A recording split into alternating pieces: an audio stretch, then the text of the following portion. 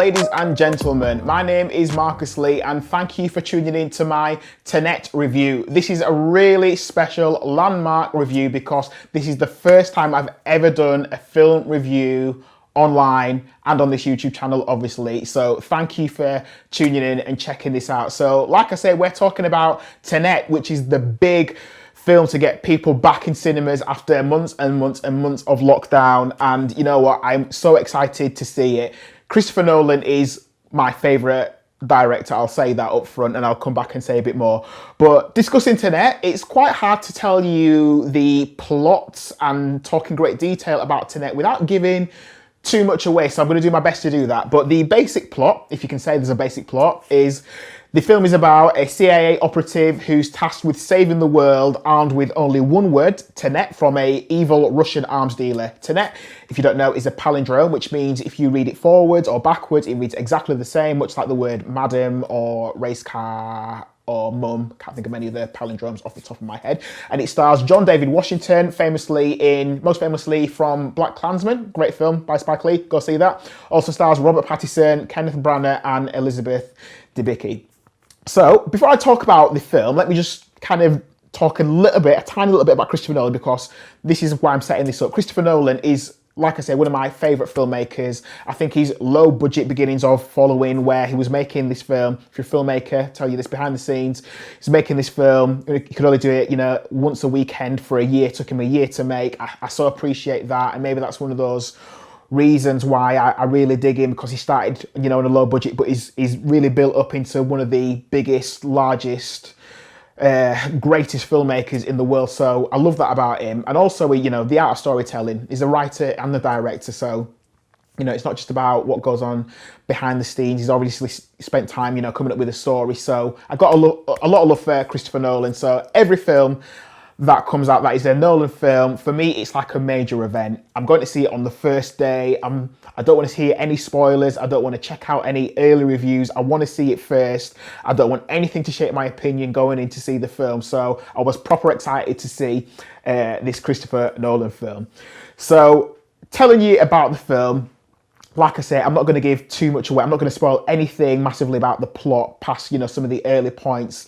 Going in, I love the opening prologue. For me, it's almost like classic Nolan, just this big opening set piece. So it opens up in an opera house where people are getting ready to watch the opera, and then from memory, like a gas goes off, and then all these, these hundreds and hundreds of people who were there at the opera all are knocked out, they fall asleep, and then what happens is this massive gun battle happens around them. I'm like, oh yeah, I'm in, I'm ready for this, this is good, this film is going to be awesome, and there's another 2 hours and another 2 hours and 15 minutes of this still to go. So I love that opening, those big openings, just like Dark Knight Rises, it's very much that feel of something big is kicking the film off.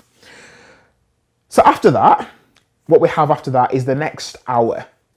And what I'll say about the next hour is this. When I go to the cinema, I'm quite a boring person to go watch films with. People will say, oh yeah, let's go watch that film together. And I'm a bit like, no, I don't massively want to, because when I go to the cinema, I kind of just want to watch the film by myself. I don't want to talk about it. I don't want to have any discussion. I don't want any of this, what do you think is happening? I'm like, I'm just here to watch the film, mate. Let's talk about the film afterwards. I hate people talking next to me. I hate people having their phones out. It's all evil and it's all wrong. So I'm quite boring to watch films with. So I went to watch this film with my wife, and my wife, she's beautiful and lovely, but sometimes she likes to ask me a question in the film, and I'm like, oh, baby, figure it out. You'll figure it out. Let's be quiet. You'll be fine, Let's just watch it.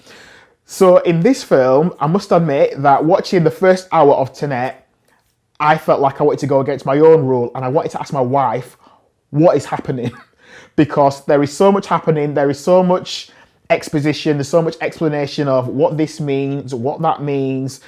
Yeah, you don't understand it. These are conversations that characters are having. You might not understand this, but it'll all become clear. And I'm thinking, when's it going to become clear for me? I'm the audience member.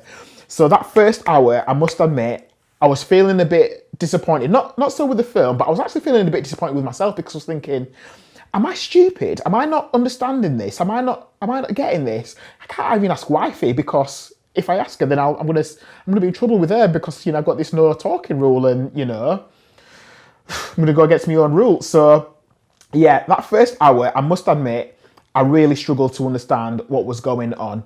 But after that, the film started making sense. A lot of great set pieces happening. You know, in the first hour, you've got people abseiling, reverse abseiling up buildings. There's, you know, all this cool stuff for water. It's really great. But like I say, just information overload. I love the fact that Nolan thinks his audience are intelligent and they treat us as like intelligent human beings. You know, it's not Fast and the Furious, like leave your brain at the door. It's not Transformers where it's just big robots bashing each other. It's a big blockbuster, but it's like, right, I'm going to treat you like you're intelligent. But with this film, it's like, oh my gosh, I feel like I need a degree in physics or I need a PhD or I need letters after my name to understand this. So it was a bit like that. It was just like, I'm not massively getting it. This film is about time travel. Not sure. I don't want to say too much about it, but you know, just like many of Nolan's films, the theme is time. Even, you know, you can go back to Inception on the soundtrack. There's a tune called Time. So yes, time is very much in there.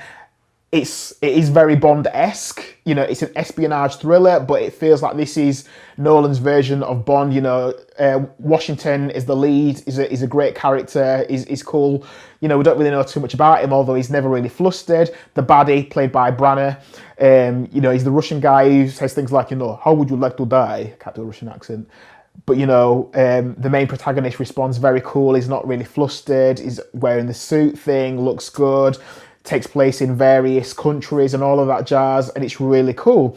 Things happen, things explode, planes crash, not sure why, but it's action on a large scale, and you appreciate that.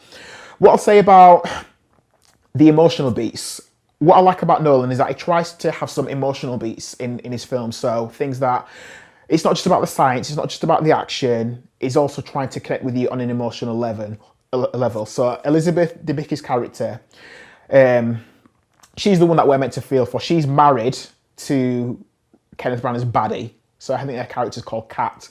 And, you know, there's a bit in the film where she's talking about another female character that she sees, and she talks about that female character, and we're trying to feel some kind of emotion about how she's feeling and what she's going through.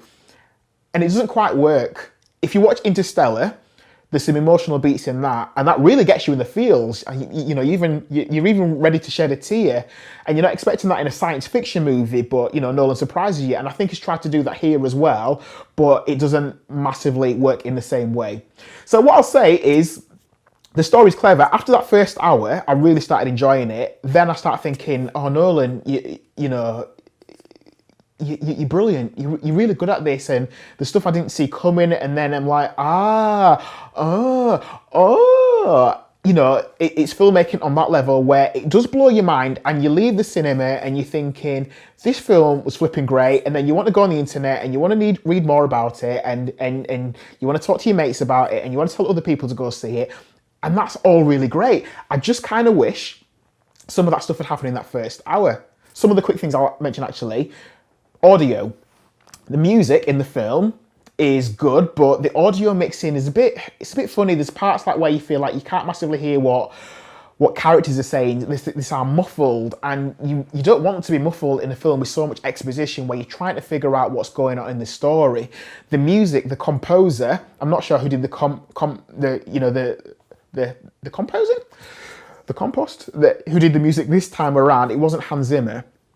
But there's parts where the music just feels a bit like it's badly mixed. Like there's a part where Kenneth Branagh is doing his most Russian, I'm a baddie, I do this, everybody will die, everybody die, pew, pew, pew. But the music at the same time is going, bah, bah, like this horn that's going off that feels off key and just feels like it's they should have mixed it a bit better. So there's bits like that which are not so good. I kind of like the fact that, you know, they picked this rapper Travis Scott to do the main theme for that. That feels a bit, you know, left for Nolan. So that's kind of good. But to wrap up this review, I'm going to give it a number of stars. Okay, I operate with the star system. So if you're going to see Tenet, I do recommend this film, and my star rating for the film Tenet is 4 stars. I really do think you should check it out. It's 2 hours and 20 and you do really get your money's worth. Like I say, I just wish that first hour had been easier to understand. There's so many great things about this film. Great action. The story is great. I just kind of think, you know, should it have been that complicated? It's complicated to the point where you feel like you need to go back and give it a second watch. And, you know, going back to see a film for a second time, you should be going back because you want to see it again and you know, you loved it so much, you want to see it again. Whereas I think I'm going back because, yes, I enjoyed it, but I'm also going back to see if I can make sense of some of the things. And you shouldn't really be going back to the cinema because you didn't understand. You know, it should make sense for the first time. For anyone who's seen Shutter Island, that's a great film that you want to watch again because you might have missed some things. But it's clever. It's not, you don't miss those things because you feel like you're stupid. It's because, you know, Scorsese's done something that was really special and you go, ah, great, I want to go see that again now. Whereas Tenet, yeah, I really enjoyed it, but I'm going back because I'm thinking, right, I need to go back to try and understand better. So I'm interested to see what you thought of the film Tenet. Did you enjoy it? Did it blow your mind, or was your mind bored to tears? Did it go over your head? I'd love to know what you think. So please, underneath this video, please leave a comment. And like I say, come back for more reviews about, not about Tenet, but just about films in general. Come back and let us know what you think of the film Tenet and other films which I'll put on here. Thanks for watching this review. Thanks for joining me. Let's have a bit of community. Let's have a bit of a chin wag. Come back. My name is Marcus Lee. Thanks for joining me. Until next time, take care.